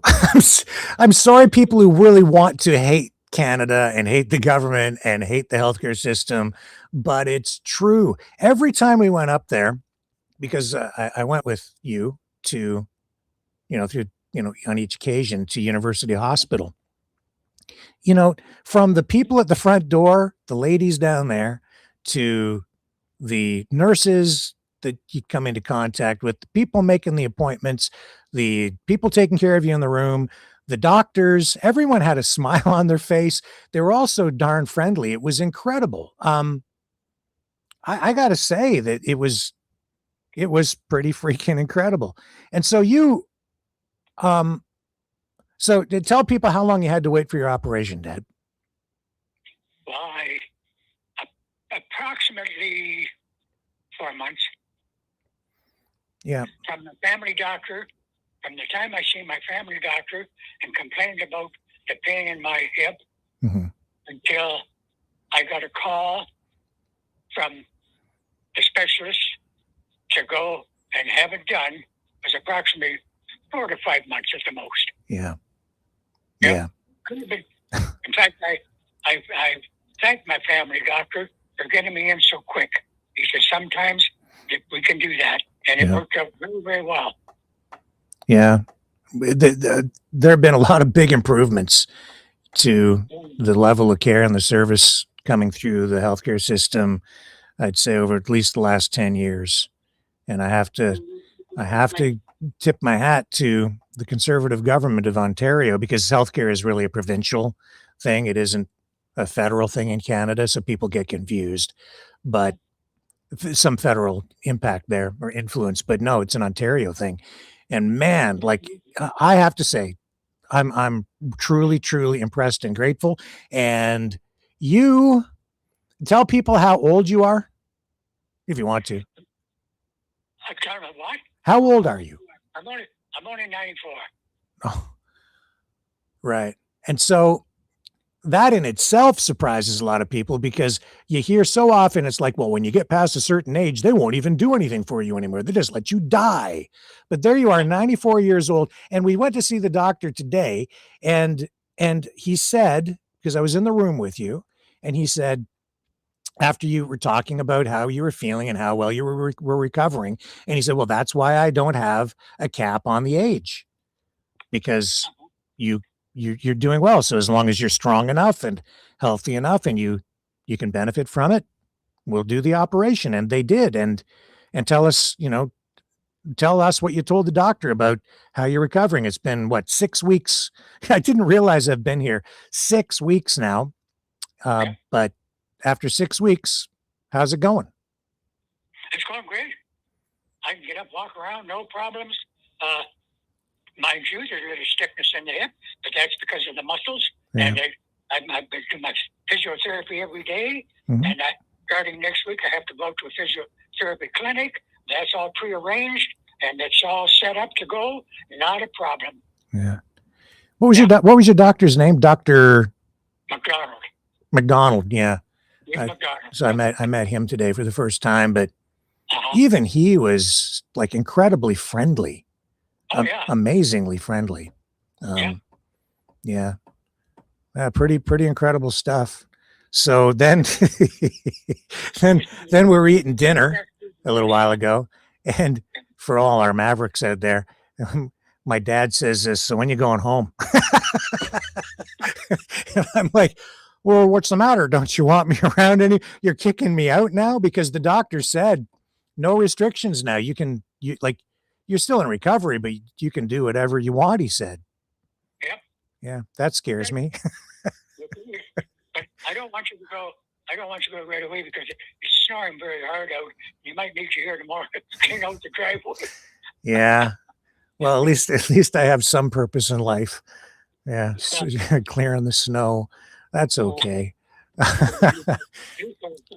Did they try to murder you up there, or have your death contribute to the depopulation of the planet or anything weird like that? I don't think they did that, did they? No. No, I didn't. No, that didn't happen. So yeah, it went very well. They didn't rush out of there either. Yeah. They day after surgery, you stay in one night, and they check you out real close. Yeah. And they had me up walking a little bit. They said, I think we're going to keep you in an extra night here just to be sure. So we want to make sure that you're quite capable of getting home on, without any problems. So they didn't rush you out. They didn't rush you to do anything that they didn't think you could do. It was just absolutely great treatment. It really was. It was. And every time we went up there, I think there was at least one person that you ran into that knew you. So that happened again today. You met, there you are, you're walking into the other area to go see the doctor after you got your x-rays. And who was that came out? You don't have to say his name. That was somebody you knew from down around Long Point, right? Yeah. Yeah. And then they got their hip done too. He recovered even quicker, he said, because I think he said it had only been 1 week or 2 weeks, and he was already walking with no cane. Yeah. So pretty darn incredible stuff. And here, yeah. Mind you, he was about 50 years younger than me. That's right. Yeah. Yeah. Yeah. I know. Yeah. And then the doctor, he says, you can do anything you want. And I'm like, oh no. And I have to say, I don't ever want to do this for you again, because you do not listen. And you kept running away from me every time we would go somewhere, and I was supposed to be there to make sure you didn't fall, and you just kept taking off on me. You just off you go. I'm like, wait, I don't have the door to the van closed yet. And you go, it's okay, I'm fine. I'm gonna have to open this door for this other lady. No, it's my job to open the door. See, you took my job away from me. But, oh, well. Here's a question. How much did all this cost you? Didn't cost me anything. I know. That's the other crazy thing, right? Actually, it did cost something today. It cost us for parking. Oh, $6. $6 Yeah. at a major hospital. Like, this is a major hospital in a real city, a university teaching hospital. Yeah. And the cost of parking today, $6. Like, I would have expected, every time I went up there, I was blown away, because normally, like, parking, get ready to fork over, I don't know, $20 to $50, depending, and no, $6. I'm like, oh my God, we could still have money for lunch. So that was pretty incredible. Yeah. You ever, what, Mom? Then he took him home for lunch to save the money. Yeah, well, that's right. Yeah. I'm not sharing my change. You're going home. Craft dinner for you. We didn't have craft dinner. No, it's okay. That's okay. Oh my God. Okay. So next, okay. We're going to get into your joke, because Sandy, who watches this program, called today and said that she wanted something on the program that would cheer people up, because all the news is so crazy and negative out there, right? Oh yeah. So I said, okay, I'll get my dad on, because everybody likes your jokes. So, but before we get to the jokes, to the joke, I think you're going to tell the snail joke, right? No, well, I could do that one too. Okay, we'll do that one. We'll maybe get two jokes, but I want to ask you, do you ever eat lobster? You're not really into lobster, right? No. They're banning the boiling of lobster in the UK, and some people think they should stop it here too. I heard that. Yeah. What do you think of that? That's okay, because I don't eat lobster anyhow. Yeah. Do you think that it seems like it's pretty painful? It would be pretty painful to just drop them in there live like that. When you remember, we used to take me fishing over at the Fish and Game Club here in town. Oh yeah. And well, anywhere we went fishing, really. And when I would catch, I used to go back in those ponds and go fishing, with my friends and stuff too, just on our own. And we would go bass fishing back there and catch smallmouth bass. And I'd bring them home, and you probably remember, there were photos and stuff of us bringing those fish home. And we used to go over there all the time on summer vacation.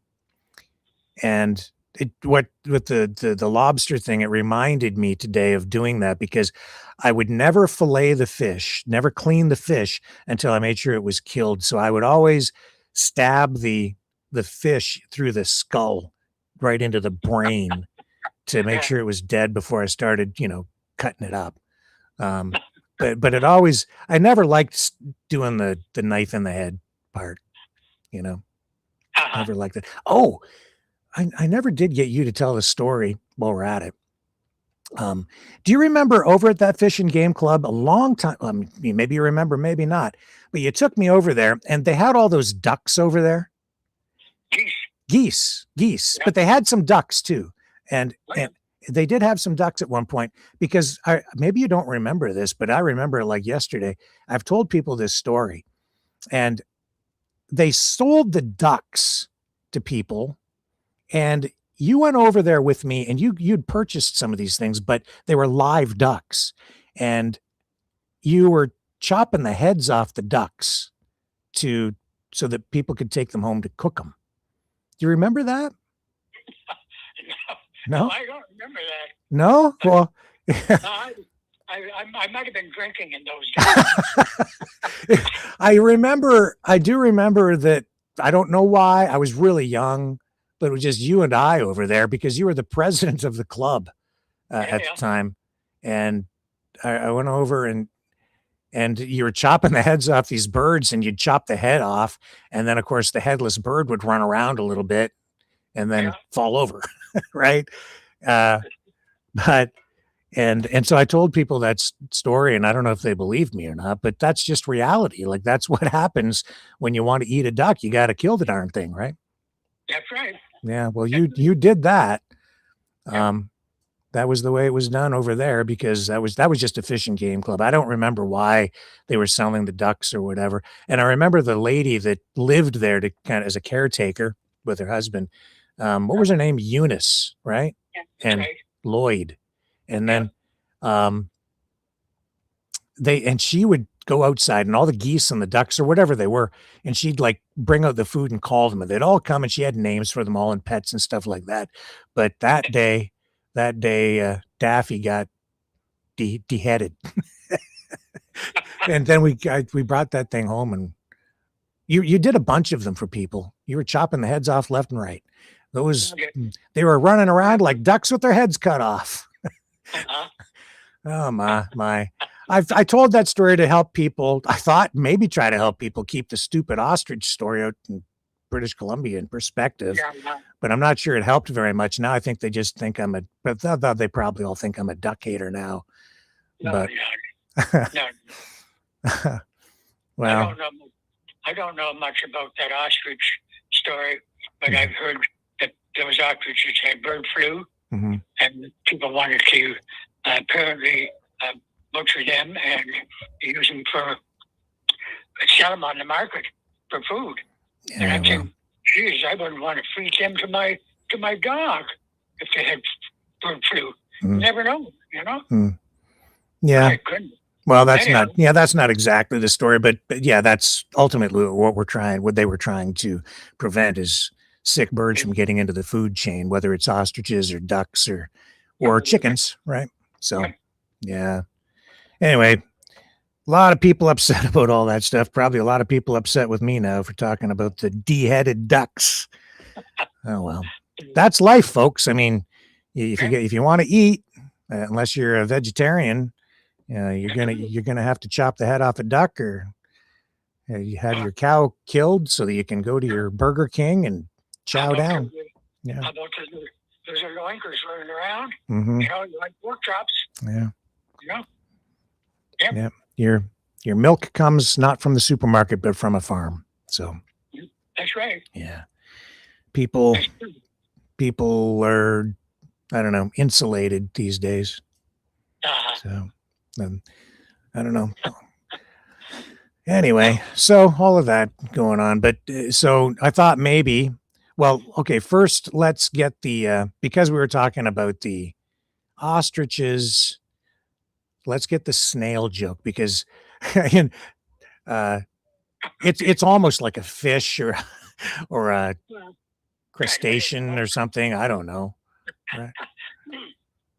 So tell us the snail joke, because let's just say that for the sake of tonight, that snails are people too, just like ostriches and lobsters. Okay. With rights. Okay. I'll tell you a little snail joke. Yeah. Apparently, this snail goes into a car dealership and buys a real fancy, fast sports car. And when he asked the dealership if he would paint two big red S's, one on each the driver's side door and one on the other passenger side door. Well, the salesman's confused about this, and he said, "I really appreciate you buying this car, but why the S's on the door?" And the salesman said, "Well, I like people when I'm going down the road say, look at that S cargo." Yeah, I know. So, okay. Listen, you were talking about doctors and whatever. Yeah. I could see my doctor just the other day, and when I was there, I mentioned to him that my wife was getting a little hard of hearing. And he said, "Well, why do I say that?" I said, "Well, sometimes I talk to her and speak to her, and she doesn't answer me." So he said, "Well, what can I do?" I said, "What could I do?" He said, "Well, go home and give her a little test." He said, "Stand 15 feet behind her when she's doing something and ask her what she's doing. And if she doesn't answer, move up 5 feet. If she doesn't answer, move up real close. So I said, okay. So I came home, and she was in the kitchen getting dinner ready. So I said, what's for dinner, dear? I was 15 feet behind her. She never answered me. So I moved up to 10 feet. What's for dinner, dear? And she never answered me. So I moved up to 5 feet and asked the same question, and still no answer.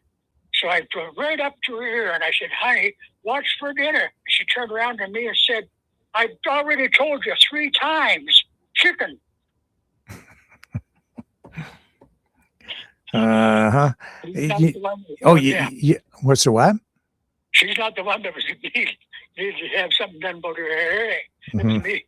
That's right. You need there's one more joke you should tell tonight. I just thought about it because when we were sitting up at the hospital and we didn't sit there very long. They got in pretty quick today, but the TV was on. They had the news on, and then that story about the Clintons came on the TV about how they're refusing to testify about the Epstein stuff. And and then you told me the Clinton joke. You want to share that with people here? They'll appreciate that one. Okay. Quite a few years ago, Hillary Clinton, of course, and Hillary went to see her doctor, and the doctor told her, Mrs. Clinton, he said, you're pregnant. Well, now she was really upset. And she went out and she got on the phone and she phoned Bill.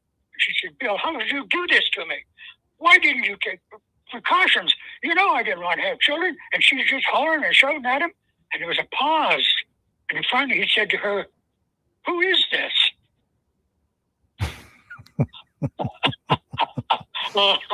Okay, I kind of get it. Yeah. All right. Yeah. Okay. All right. That'll do for tonight. Okay, buddy. All right. This is the Maverick News temporary world headquarters in Mom and Dad's basement. Signing off to the fathership. Thank you. Love you. Over and out. Okay. Have a good night, guys. Okay. Bye. Bye-bye. All right. I'll be back on the other side with just a little bit of the Truspiracy stuff. But seems like that Epstein thing just ain't dying.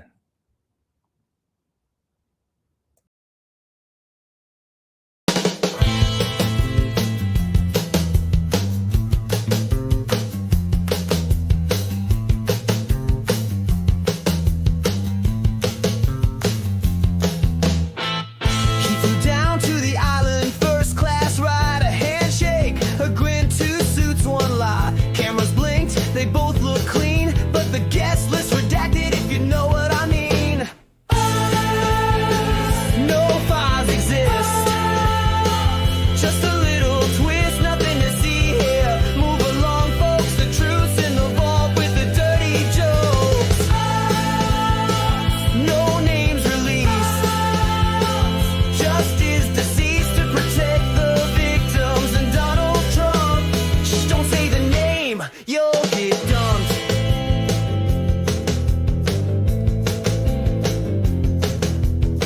They dance with the girls too young to vote, a private jet and a suicide note. One's in a grave, the other still tweets. The truth took a dive 6,000 feet. The cameras broke, that's not a joke. The guards were napping, the logs were gone, and everyone smiled like nothing's wrong. Nobody talks, just shadow walks. National security took the stage while justice quietly disengaged. We can't release the names to protect the victims. And also Donald Trump. Coincidence? Just dumb luck. Right?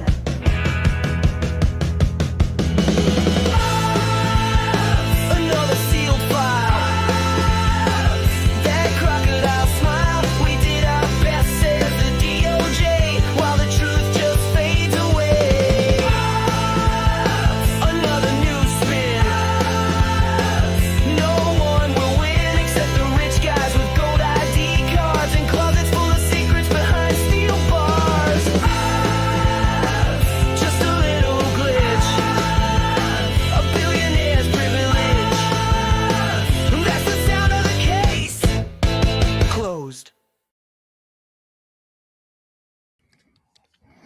Yeah, I'm just looking in the chat, and I see that Lori's in there, and she says, "I'm so old. I remember having a debate with Rick 3 years ago about Medicare for all. Rick argued that Canada's socialist healthcare was evil, and the U.S. for-profit healthcare system was superior." I did indeed. I did. But it was nuanced, and I still say that, like, if you can get healthcare, if you have insurance in like a Texas, where I did go through the system because I had emergency surgery down there, the care is like stellar, world class. And I can tell you too that up here it's also, but if you don't have insurance down there, you're totally screwed. And so your experience is going to vary widely. Up here, there have been periods when it's been really bad, and I just have to say, Doug Ford, thank you. Premier of Ontario, thank you. Like, seriously, because even in the last few years, there has been, I don't know what the hell they're doing, but it is like a dramatic improvement, because I have had a lot of trouble in the healthcare system here over the years. Can't get family doctors, just all kinds of issues, wait times. But see, I've been talking about this, and what Ford has done is he's working with people on both sides of the political aisle. The liberals, the conservatives, they're coming together. They're working things out. And so he's injected a little bit of privatization here, and I can't say exactly all of the things that they've been doing, but it is very apparent in the level of service, the quality of service you're getting at these hospitals. Because I've been in emergency rooms, like in the emergency department, a couple of times in the past year. Wait times down, the quality of care, unbelievable compared to the way it was even just a few years ago. I mean, I was there waiting for what they got me in pretty quick, and then Mr. Walker, would you like a heated blanket? Mr. Walker, your cell, do you need a charger for your cell phone? I'm like, where am I? The Hilton? It was amazing both times, and that's down in Chatham, which is a smaller town too. So usually the service is not quite as good in a smaller town, but pretty damn good. And then this going on here with my dad. Yeah, folks, they did not try to murder him. They didn't try to add him to the depopulation statistics. No, they took incredible care of him. And even though he is 94, I keep saying 93, he's alive and kicking, like seriously kicking. He's ready to start driving again. And there you go too, man. Like people saying that everything in the world sucks, and no. Today people are living longer than ever before and living a higher quality of life than ever before, right here in Canada, and in many parts of the US too. But yeah, right here in Canada. And you don't need to be rich to benefit from all of that. And tonight I am really grateful for that. When I saw him walking down the hall away from me to go in for those x-rays today, I don't know what it was. It was just that moment, because I drove him up there. Just one of those moments that I know is going to stick in my mind for a long time. We're not done. I'm coming back. The information war is raging. Truth without integrity is worth nothing. Maverick News. Because those who have power and those who seek it must be held accountable. The world is watching. Join our family of truth seekers. Donate today and add your voice to the chorus of Maverick Knights. Donate at maverickdonations.com. Truth. Integrity. It's the Maverick way.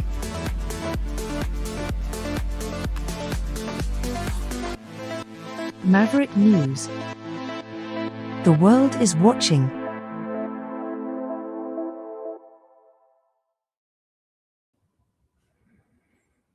Okay. Let me see if I can find what we need to enter into our next chapter. Where'd you go? I need the video. I need the video. Wait for it. Wait for it. There. No, there. Oh, there it is. I found it. Ladies and gentlemen, it's time for Truspiracies.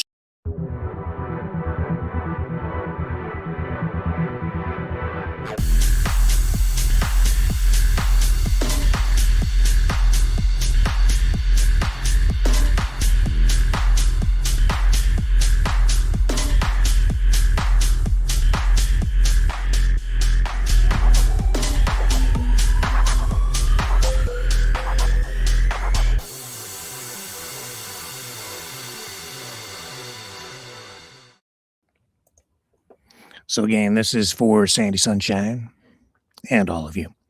But she kind of inspired me to do a new Truspiracies segment tonight because we haven't done one of these things for a long time. Normally, I would travel into the future, pick up a copy of the Inquirer or the Examiner or one of the other truthful tabloids and read the news of next week. Today. Well, I didn't go to the supermarket in the future. What I did is I've ventured into the future, and you can join me now because we are now in the future. And we're going to go online and take a look at the real news, which are Truspiracies online at these tabloid websites to see what the heck they're talking about. And we're going to start, I think, yes, with, we'll go here, first of all, to the National Enquirer, the granddaddy, the king of tabloids and Truspiracies. What are they talking about over here? Oh, real news, like OnlyFans model slams Florida Republican politicians 50% sin tax proposal. Oh, I'm not going to comment. My eyes are focused on her eyes. Eyes up. Eyes up. I'm looking straight into Sophie's eyes. How about you guys? OnlyFans creator Sophie Rain slammed Florida Republican gubernatorial candidate James Fishback's proposal to slap a 50% sin tax on OnlyFans income. Wow. Wow. What about the consumers of such content? Rain called the idea the dumbest thing I've ever heard. Yeah. How do you charge a sin tax to a Christian who hasn't sinned? She said in a statement to People on Tuesday, January 13th. No one ever forced me to start an OnlyFans. It was my decision. So I don't need a 31-year-old man telling me I can't sell my body online. How do you sell your body online? Well, I guess the visuals, right? I am a Christian. It's all in your mind, folks. What's sinful? I am a Christian. God knows what I am doing, she continued, and I know he is happy with me. That's the only validation I need. Well, yeah, I think Jesus would not be quite so judgmental, I think. Fishback took to social media claiming that Rain will owe the state $42 million if and when he is elected and implements his plan. Does she make that much money? Oh my God. I'm on the wrong platform. I got to get off YouTube and get on OnlyFans. He is focusing on me because he needs the attention he can get at this point, which honestly is sad if you think about it, Rain continued. He is first condemning what I do, but at the same time picking me out of the bunch to start some type of viral beef. Yeah, no, I don't think so. He thinks he can go after the biggest, but let's see how that turns out for him. I don't even know who this woman is. Oh my God, eyes up. Eyes up, boys. Uh-huh. I gotta scroll down. Just keep going. Go. It won't go. Okay. Fishback, a long shot to win the race for Florida governor, explained his proposal in an interview with NXR Studios on Monday, January 12th. What's the date today? Oh my God. Well, that's because we're in the future and looking back. It is called a sin tax because it is a sin, number one. But the purpose of the sin tax in economics is to disincentivize and deter behavior, he said. As Florida governor, I don't want young women who could otherwise be mothers raising families, rearing children. I don't want them to be selling their bodies to sick men online. Oh my God. Okay. And I don't want young, impressionable men who have strayed from Christ, who have strayed from our Lord and Savior, to be told and to be drawn into lust and to have their entire brain rewired. Shouldn't he be talking to Elon about that? Like, he's literally rewiring. Okay, whatever. No, actually, it's her. She's the brain rewirer, I guess. Not Elon Musk. I've been all my concern completely misplaced. Well, if someone was going to rewire your brain, would you want Elon doing it or her? I think I know which one I would choose. I'm a little too old for that. Way too old for that. No, thank you. Don't need the headaches. Oh my God. Oh, look at this. There's an ad that just popped up. I'm a divorced single mom. My husband left me alone. #mom life, #single mom. And Mia's stories. I'm not clicking on that. Oh my God. They're constantly monitoring, aren't they? Like, how did they know that this old geezer was scrolling down looking at something that had sin in it and a picture of, what's her name again? Who is she? I can't even remember. I'm too old. Sophie Rain. Sophie Rain. Now I have a flood of sex ads coming on my feed here on the computer. You probably can't see them at home. Such is the nature of the internet. See, you just click on Sophie Rain or someone similar, and the next thing you know, you're bombarded with smut. They're going to come and tax the hell out of me now. Thanks for that, Sophie. What else do we have going on? Okay, so let's move over to the National Examiner tonight. I'm sorry, Dad.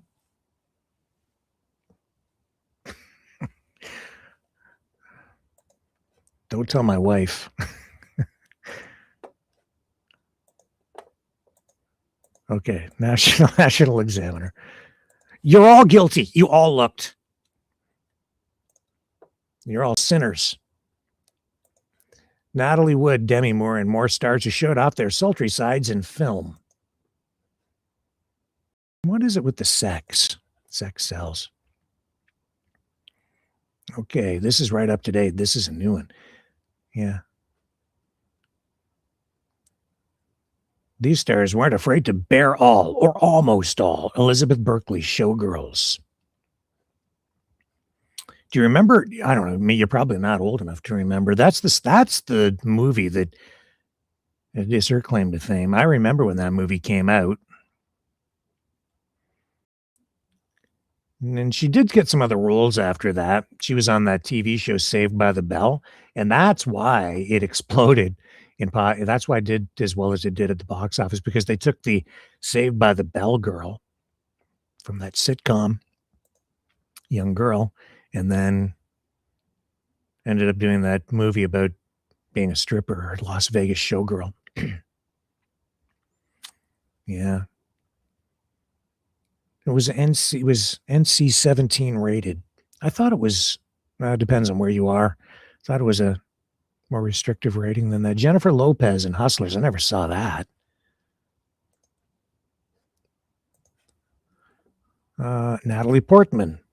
Yeah, she was in Star Wars, one of the Star Wars movies, right? Yeah. And I never saw that movie either.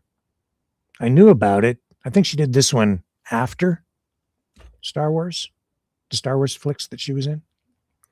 Earning an Oscar nomination, Natalie trades her Star Wars finery for undies as a dancer in this daring exploration of human emotion. It was a movie Closer. And there's Demi Moore in Striptease. I remember that too. I did see that. Sinful. And this often seen as a cheesy look at the peel-off profession, Demi doffs her duds. And the bandit himself, Burt Reynolds, is the bad guy. Jennifer Aniston, We Are the Millers. She looks like she's about to beat the crap out of somebody. I didn't see that. Okay. In this crime comedy, Jennifer plays a broke stripper who becomes part of a fake family. Might as well be fake. Everything else is freaking fake, created by a veteran pot dealer in a bid to bring marijuana into the United States. Natalie Wood in Gypsy. That's an oldie. And here's Salma Hayek wearing a lobster crab thing on her head from dusk till dawn with a snake. Snakes. I know there's this visual reference to something when you get a snake, I guess, but I don't like the snakes. It gives me the heebie-jeebies. Didn't used to when I was a kid, do today. Salma's seductive skin-showing moves are a prelude to a shocking secret. The sexy strippers are vile vampires about to put the bite on their patrons. Why is this even news? It's not, but nobody cares because it's all about the sin. Daryl Hannah dancing at the Blue Iguana. I remember Daryl Hannah.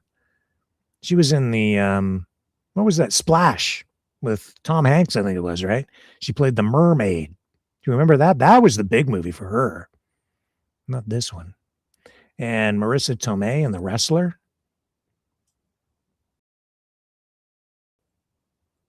Oh, and here's one for you, ladies, or whatever your persuasion might be.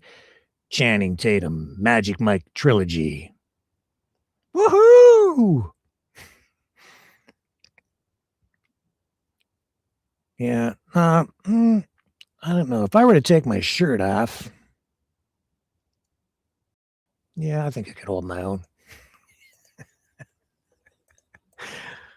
You're welcome, ladies. Okay. You know what I am going to do here?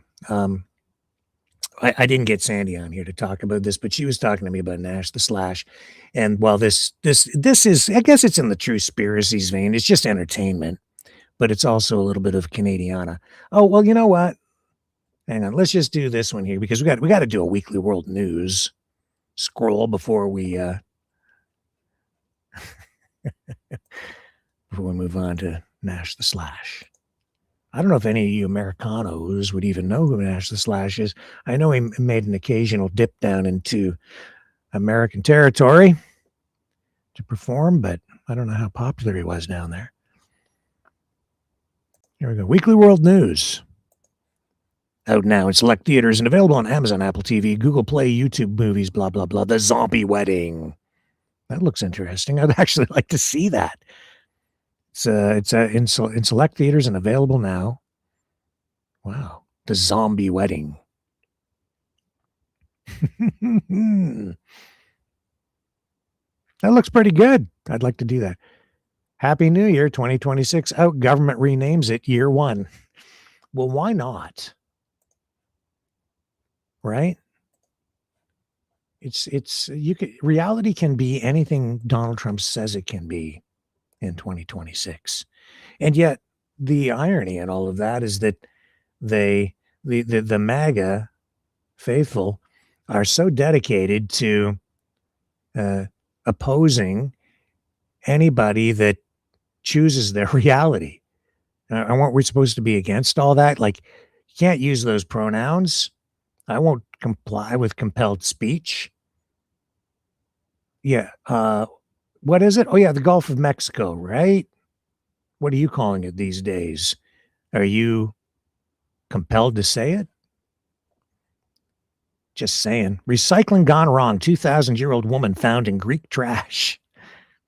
A shocking discovery in an unlikely place. Archaeologists in Greece were left speechless this week after an ancient woman, estimated to be over 2,000 years old, was discovered inside a discarded garbage bag.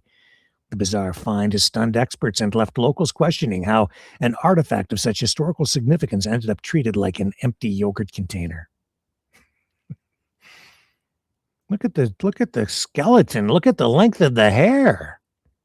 How did the hair grow so straight underneath the skeleton? Look at the length of that. It's amazing, isn't it? It's a true conspiracy. Darn fools in Washington shut down the government again, and I'm about ready to shut down my veins. This is by Ed Anger. That's right. It's me, your favorite red-faced ranter from the holler spittin' mad as wet hen in a hailstorm. Weekly World News don't pay me enough to put up with this hogwash, but somebody's got to say it. Listen up, you pencil-necked latte-sipping bureaucrats and their soy boy sidekicks in Congress. Another government shutdown again. What? What else is he saying here? I swear on my grandpappy's moonshine still, if I have to hear one more sob story about furloughed park rangers crying over empty picnic tables, I'm going to march on the Capitol with my deer rifle and demand a recount of my blood pressure pills. Talking about healthcare. Well, we've been down that road tonight. Okay, let's get to Nash the Slash, shall we? Do you know who Nash the Slash was? Oh, one other thing. I just have to mention this. Why the thumbnail? Why did I choose that title? Because we were talking about the lobsters and the ostrich, and the thumbnail said eating earthlings. That's because PETA, the animal rights group, they launched one of their latest campaigns, I guess, was stop eating other earthlings. So I just thought we'd take a look at this. And as part of that, oh, well, before we show you how that went down, they have this Dolphin Defenders rally. And this is actually real news, sort of, or whatever. Oh, hang on. There we go. Dolphin Defenders rally against Alamo Bowl over their SeaWorld promo. Following the death of Katina, an orca who was snatched from her family's pod at the age of 2 and was the last wild-captured orca to survive at SeaWorld Orlando, PETA supporters descended on the abusement park with a B to call on the Alamo Bowl to cut ties with SeaWorld, where dolphins and whales are denied everything that's natural to them. Which makes me want to update the story in Niagara Falls, at Marineland, Niagara Falls, Canada. And as of today, the park remains for sale, shut down though, undergoing restructuring. And that whale issue, well, there's still 30 beluga whales there, where they're trying to find a home for them. Their future uncertain. They previously housed orcas at Marineland in Niagara Falls, Canada, and one of them, known as Kiska, became known as the world's loneliest orca, died back in 2023. They had quite a few whales die at Marineland over the years, in business for quite a long time there. Not anymore. They're still housed in tanks at the abandoned, well, it's not really abandoned, it's just shut down. But a lot of ongoing animal welfare concerns there. and concerns about, even having enough money to keep them alive instead of unalived. The park was threatening to unalive them or euthanize them because of the financial strain, the high cost of keeping them alive, tending to them, caring for them.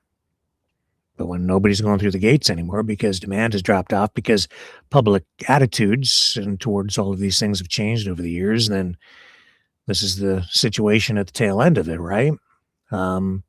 So there's an upside and a downside to all of it. Long run is those parks aren't going to open again. Once gone, they're going to be gone. You never know what people are going to think like in the future, though, because history tends to repeat itself, and you might say that human beings are cruel by nature, maybe. I have to wonder. People more concerned about ostriches than people, I think, these days. Although it's odd, isn't it? How the orca, well, they're not orcas, they're belugas, the ones left, and about 30 of them there, and they just keep slipping away from people's minds. Somebody should do something to make sure that they are cared for. It'll take a lot of money. Regulations. Anyway, this was, so this is back to the PETA campaign. Stop eating fellow Earthlings. They got some assistance from some extraterrestrials on New Year's Day and created a photo op for this campaign, basically to stop eating animals. So I thought, I won't run the audio in case we get a copyright strike, but that's the way it went down in Newark, New Jersey, as the aliens took to the streets to fight for animal rights, animal justice, fighting for the snails, the escargot, the ostriches, which also are a food source, and, of course, the lobsters, which are still legally boiled alive in Canada.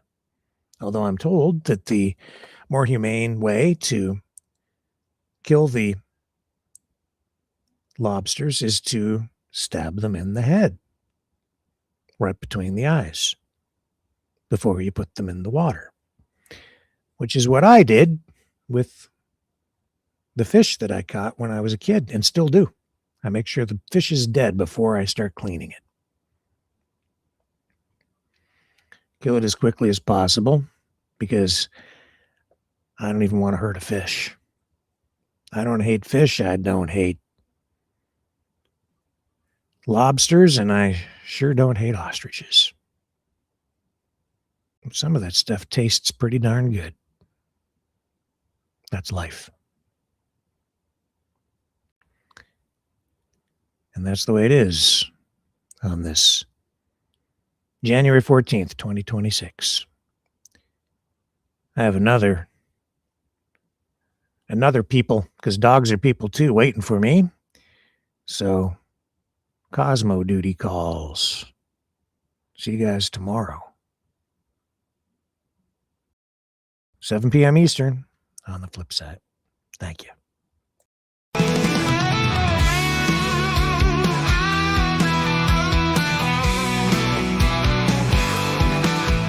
I heard old Cosmo howling last night up on the hill where the moon shines so bright. He was singing a tune, lonesome dogs cry about freedom, running and touching the sky. If I leave here tomorrow, would you still remember me? Cosmo's free, running wild, wild as the wind can be. He's a free dog, he's a free dog, he's a free dog. Cosmo's got them paws that just itch to roam. He's chasing his dreams, he's far from home. With a heart full of love and a spirit so free, he's living his life wild and carefree. If I leave here tomorrow, would you still remember me? Cosmo's free, running wild, wild as the wind can be. He's a free dog. He's a free dog. He's a free dog. He's got the stars in his eyes, the wind in his fur, a tail that wags like it's never heard of a blur. Cosmos on a journey, he's got no chains. He's running through fields, breaking all the lanes.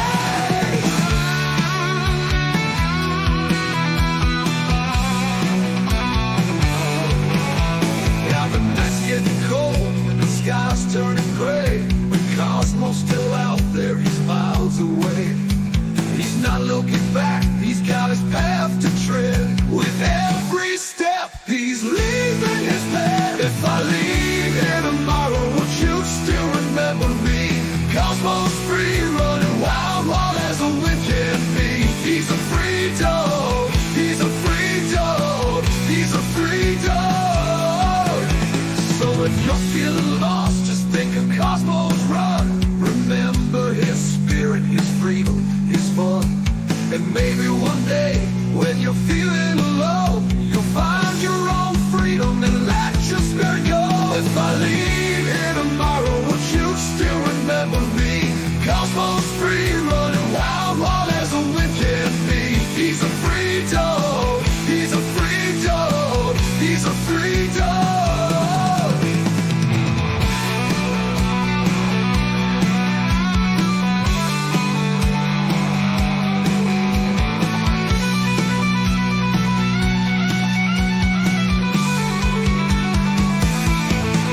He's got the stars in his eyes, the wind in his fur, a tail that wags like it's never heard of a bird. A heart full of love and a spirit so free. He's living his life wild and carefree. He's got the stars in his eyes, the wind in his fur, a tail that wags like it's never heard a bird. Cosmos on a journey, he's got no chains. He's running through fields, breaking all the